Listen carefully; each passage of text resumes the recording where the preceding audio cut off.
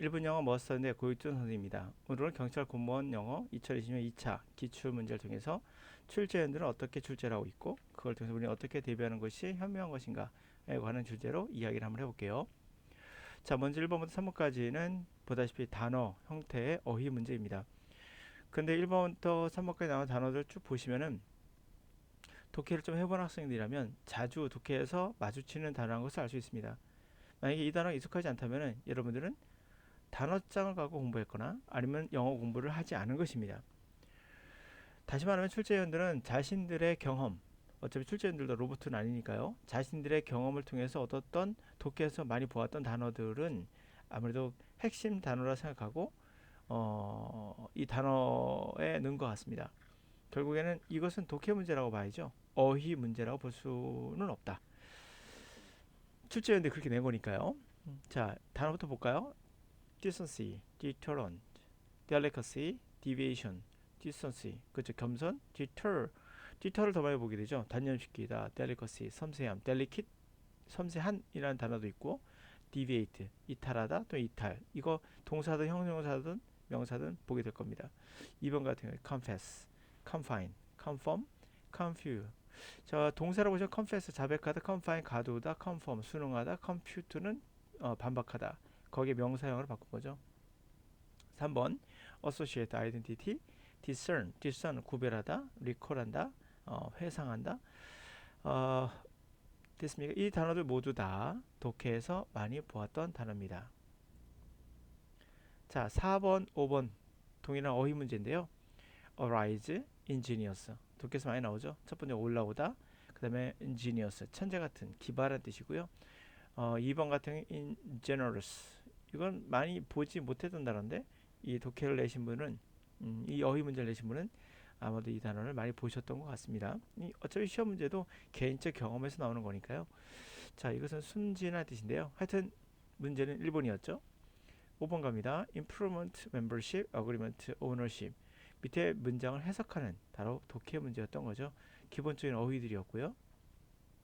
자, 5번까지는 어휘라고 하지만 실제는 출제위원들이 자신의 경험인 독해를 통해서 얻은 단어를 집어넣었다. 그러므로 독해 문제다. 라고 총평을 한번 정의를 해보고요. 6번, 7번은 문법 문제입니다.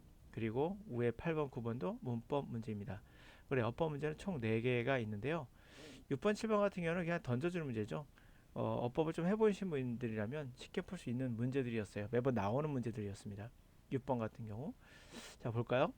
ask 목적어 to 부정사 많이 봤죠. 예, 그리고 to borrow는 빌리다 뜻으로서 바로 빌리는 대상이 나가죠. 나에게 뭐뭐스 이렇게 안 나옵니다. 그래서 문제가 있던 거고요. 많이 봤었던 단어고요. 2번 같은 경우에는 refuse는 꼭 to 부정사 쓰죠. explain은 꼭 뭐뭐 얘기할 때 to를 쓰고요. explain to us 이렇게 되죠. 3번은 if 가정법 if had pp 그 다음에 컴마 would have pp 해야 되는데 would 다음에 동사 원형 나왔죠. 그 이유는 if가 last night 지난 밤이라고 그러고 would는 today 오늘이라고 하니 현재와 과거를 나타내는 시제였죠. 이거 가정법도 매번 나오는 문제죠. 4번 같은 경우도 object to라는 많이 쓰는 어법 문제죠. object to ing를 쓴다. 뭐 이건 누구나 풀 수 있는 그런 쉬운 문제였습니다. 7번 같은 경우도 합법 1번 이것도 어렵지 않죠. 물어본다 뜻일 때는 ask 다음에 if 쓴다는 거 많이 났던 거고요. 2번 같은 경우도 less should 뭐뭐 하지 않다라는 거죠. 뭐뭐 하지 않기 위해서 부정의 뜻을 갖고 있다라고 했다는 거. 근데 부정이 이번에 없습니다. 그러니까 should 다음에 없죠. 다시 이것도 똑같이 3번 then any other 단수명사 라고 쓰는데 마운틴 S 붙었습니다. 4번 같은 경우는 not until 구문이죠. 뭐뭐 해서 비로소 뭐 했다. 뭐 1번부터 3번까지는 너무 평이한 문법을 좀 공부하니까 그냥 문제를 던져준 거죠. 이 문제를 못 푸신다면요. 문법 문제를 많이 안 풀어보신 겁니다. 문법을 몰라서가 아니라 안 풀어본 거예요. 아니면 독해를 못하거나. 자, 그 다음에 이제 7, 8번으로 넘어갈게요. 8, 9번. 8번 같은 경우 시제 문제입니다. had BP는 과거 완료.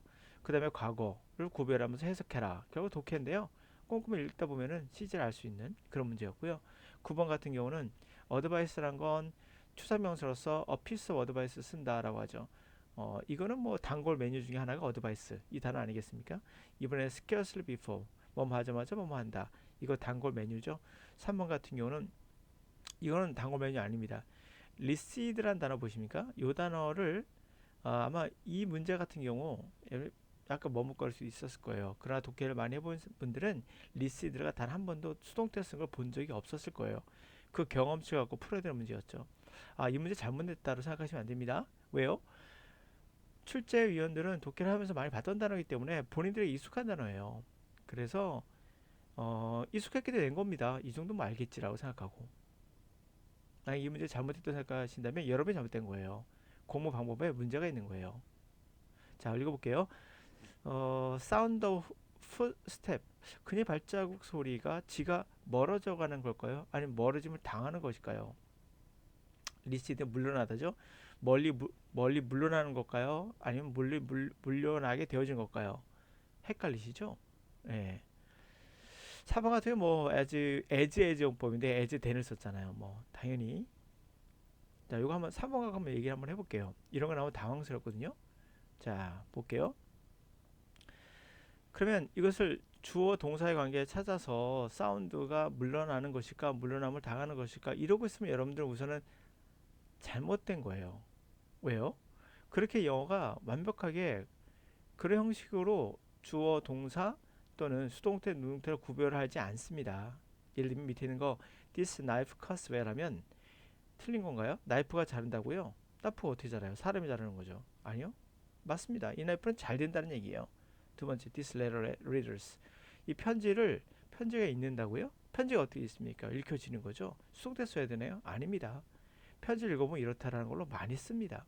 결국에 모든 단어의 모든 동사의 수동, 능동 또는 뭐 타동사, 자동사, 사형식, 오형식 알 수 없습니다. 불가능한 얘기죠. 결국 여러분들이 여러 가지 경험, 독해를 통한 경험을 통해서 데이터베이스를 쌓는 거예요. 결국 출제형과 똑같은 방식으로 해야 된다는 얘기죠. 그들도 이 리시드는 많이 나오는 거니까 알겠지. 당연히 독해 많이 해본 사람들은 알아요. 리시드는 정말 많이 나온 단어입니다. 그리고 이것을 수동태로 쓴 적을 단 한 번도 볼 수 없었기 때문에 자연스럽게 나올 수 있죠. 자, 그 다음 보실까요? 그 다음부터는 이제 독해 문제예요. 보시면 알겠지만 다 독해입니다. 12번 같은 경우, 뭐 11번 같은 경우는 역시 경찰 문제니까 요즘 시사적인 문제, 당연히 질병에 관한 이야기 아주 적절했고요. 12번 같은 경우는 전체 다 읽어야 되죠. 빈칸 문제에 앞문장, 뒷문장을 통해 답을 고르라. 이렇게 하시면 안 됩니다. 그렇게 하신다면 문제 출제 의원들을 모독하는 거예요. 그분들은 뭐 빈칸 앞뒤만 보면 된다면 위에 있는 지문을 왜 냈겠습니까? 그렇게 안 내면 되죠. 영어의 영자를 모르는 사람들이라는 얘기예요. 영어는 처음부터 다 읽으셔야 돼요. 그래야 이해도가 높아지기 때문에 답을 맞출 수 있는 확률도 높아지는 겁니다. 그럼 뭐 빨리 못 읽는다고요? 그 빨리 읽는 방법을 배우셔야죠.